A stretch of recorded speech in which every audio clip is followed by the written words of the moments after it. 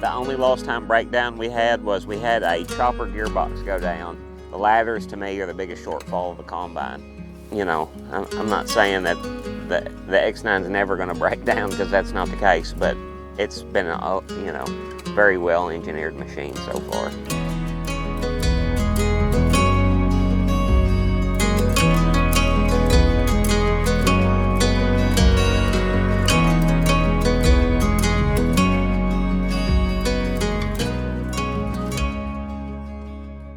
So we're waiting on the O-ring, and we did a X9 combine review when we were still in corn early in the season. It's been a long season. I think we've got, close to 400 hours on it now, so it's ran a lot. I can do a little bit more thorough review. I know a little bit more about the bad and good about the X9. And I'll start out with the ladders. As you can see, I bent this one in a creek crossing.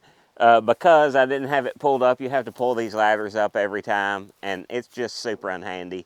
It's easy to forget about. I'm up and down off the combine all the time, so is everybody else, and the ladder is terrible. Before Clayton and I were at, before we walked up here to do this, we were at the back of the combine to service the combine and could not get the back ladder closed, and I ended up having to climb the combine, close the door, and then climb all the way over top and down this way. So the ladders, to me, are the biggest shortfall of the combine. Also, we talked about in the other video how fodder piles really bad on the throat. That is a problem. It piles actually so bad that it'll lift the cab off the mounts if you don't keep it clear. So that's a constant struggle, is keeping the fodder off the throat of the machine. It needs a fan under there, and I actually think you can order them with a fan under it. So if you order an X9, order it with an undercab fan to keep that chaff clear from the throat. The machine in corn really performs excellent. It will outperform probably 2 7 Series combines, which we ran previously. With the 50-foot bean head and extremely heavy soybeans, it does lack for power a little bit. You know, I don't know if you can ever put enough power in a machine, but when we're in high yield, high crop mass soybeans, it struggles for power with a 50-foot platform. It does a good job of cleaning. It does a good job of grain loss. We're just a little short power, especially when we're unloading. We have to kick the speed back a little bit to unload on the go. We just can't maintain our same, 4.5, 5 miles an hour when we're unloading. So I'd like to see a little bit more power in the future on them. And let's see, the other things I've noticed about the X9. I think I said in the last video that the machine, I misspoke it. I said I think it was burning 17, which is what the S670 burns. It's more like 25 to 27. So 25 to 27 gallons of fuel, 17 on an extremely loaded S670. We were running 2 S670s, so we are getting 7 or 8 gallons of fuel savings with running just one X9. That's per hour, right? That's per hour. Yeah, that's right. Correct. Per hour. The other, we haven't had many problems. The only lost time breakdown we had was we had a chopper gearbox go down, and we found out that we had a straight chopper knife installed, and it needed a wing chopper knife to clear the heavy material faster. Once we got the different chopper knife on there, the machine has performed flawlessly. Like we had a cut O-ring today. We've had a sensor or two go bad, but pretty minimal breakdowns, other than like self-inflicted, like hitting chunks and stuff like that. But that's nothing that the factory did wrong. That's just part of going through a long, tedious harvest that had a 10-inch rainfall during the center of it. What else? We're running the 50-foot HDF Deere flex draper on there. It's a hinge type draper, more like the MacDon. And at first we didn't particularly care for the head. We felt like it was leaving too many beans. But come to find out, we just didn't have the head set correctly. After we got accustomed to the head and started using it and really messing with the settings on it, we've got it to really perform nice. Actually, I said that I was going to go back to a MacDon, but now that I've ran this head, I actually like it better than my MacDon, and it really does good in double crop. It floats good. I don't have to double cut as many drains as I do with a MacDon. So I'm really starting to like the head. You know, we've had a few small issues with it, like the drapers maybe aren't quite as tough. Yeah. So when I'm talking about a draper, it's the actual rubber belts that are running on these heads. When you see these belts, these big belts right here, these are draper belts, and they drag the crop to the center of the machine to be able to, for the machine to take it in. And as you can see here, this draper is ripping, and I've done a field repair on it to just try to make it go through the season. I've got one of these ordered, but it's not in yet. I actually also lost the center draper belt on this head, so that to me is one of the shortfalls. But it's really good at cutting at high speed, not dogging a lot of beans off, and just overall pretty happy with it. Let's talk about the drum. Yeah, the drum, the center drum on the head, it's very light metal. So like this year we've encountered a lot of chunks, and we farm in a lot of low bottoms and along creeks and just where water can flood us. And so we encountered chunks a lot this season, and they have beat the drum to death. And like we've had to pull, bends out and continuously lose those inspection doors. Like a chunk will hit the inspection door, and once it gets bent and tweaked just a little, if you don't got a self-tapping screw in there or something, it's going to come right off and go right through the machine, and which could cause more problems. I mean, it could hit a screen and knock your screen out or something. So you don't want to. I think that's a shortfall of the head. They could build that drum a little bit heavier duty.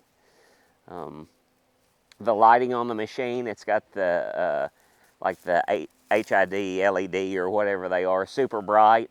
The one thing that I've seen about that is like the 8RX has a similar lighting, and I really enjoy it. With the combine, I think it illuminates the dust so bad, I can barely see out of the machine at night. So I don't know what the solution is to that. It's just probably no good solution, but I don't know if some lighting could be set at different angles or something to maybe remedy the problem, but that is an issue. Like when we're trying to unload on the go or cut along a fence row or something where we can't see right with the dust and the light, it's terrible. You have almost zero visibility.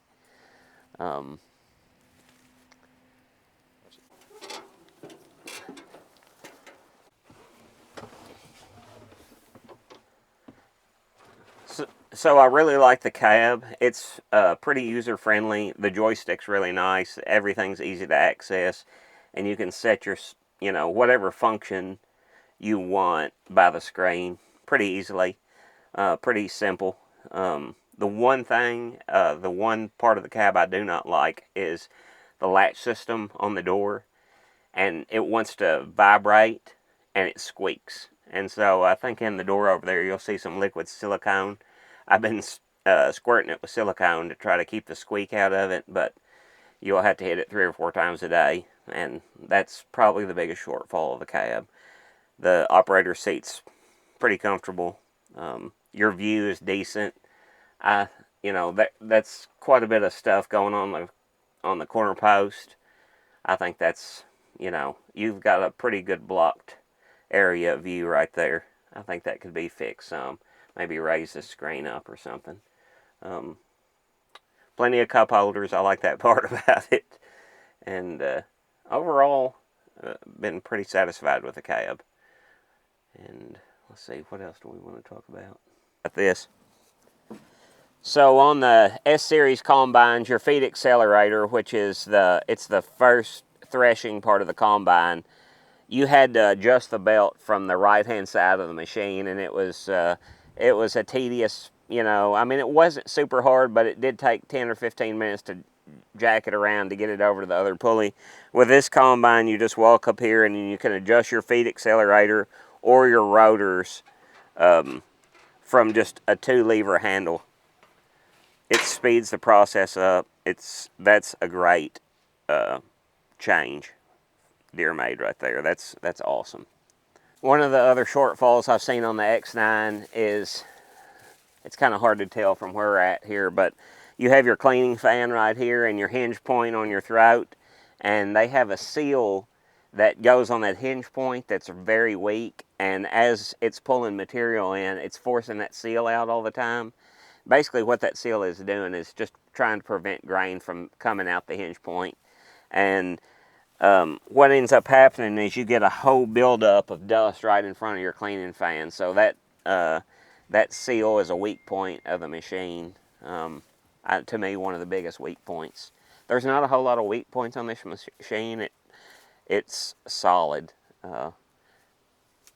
Pretty, you know, I'm not saying that the X9 is never going to break down, because that's not the case, but it's been a, you know, very well engineered machine so far. Been pretty impressed with it.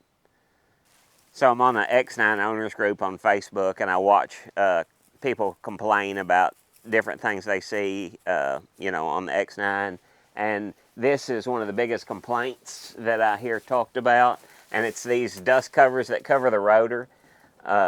The old S670 also had poor dust covers. They constantly leaked. These don't leak as bad. They're just, the way they latch them in here is pretty unhandy. And it's just like you need access to that easily, and it looks like you could come up with something better than this. And I'm not the only one that's great. Like I said, the X9 owners group constantly talks about that. On this X9, they did add some lighting to the inside of the machine, and if you need to check your screens out, you can hit the lighting and it illuminates the entire inside of the machine. That's been really handy. We like that. So like if we need to check something out at night, we can hit our lights, get in there and look it over, you know, turn them back out, and you're good to go. You don't have to pull a set of lighting in there to take a look at anything. So they were thinking about that. It also illuminates the side of the machine. They got the machine really well lit to service. Pretty easy to service. They've got pretty good access to everything. So we hope you enjoyed our early and late season X9 review, and just continue to watch. We appreciate your support, and like, share, and subscribe to our videos. Thanks.